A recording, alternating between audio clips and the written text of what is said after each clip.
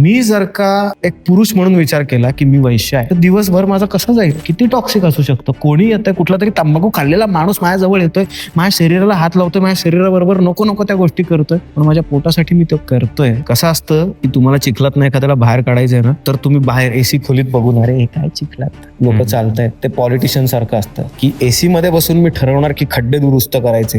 जा त्या खड्ड्यात, उभं राहा त्या खड्ड्यात, 4 वेळा गाडी चालव तुमची. तसं आहे ते. स्त्रियांचं शरीर वापरणं हे मला पटत नाही, पण तो खड्डा या समाजाचा आहे.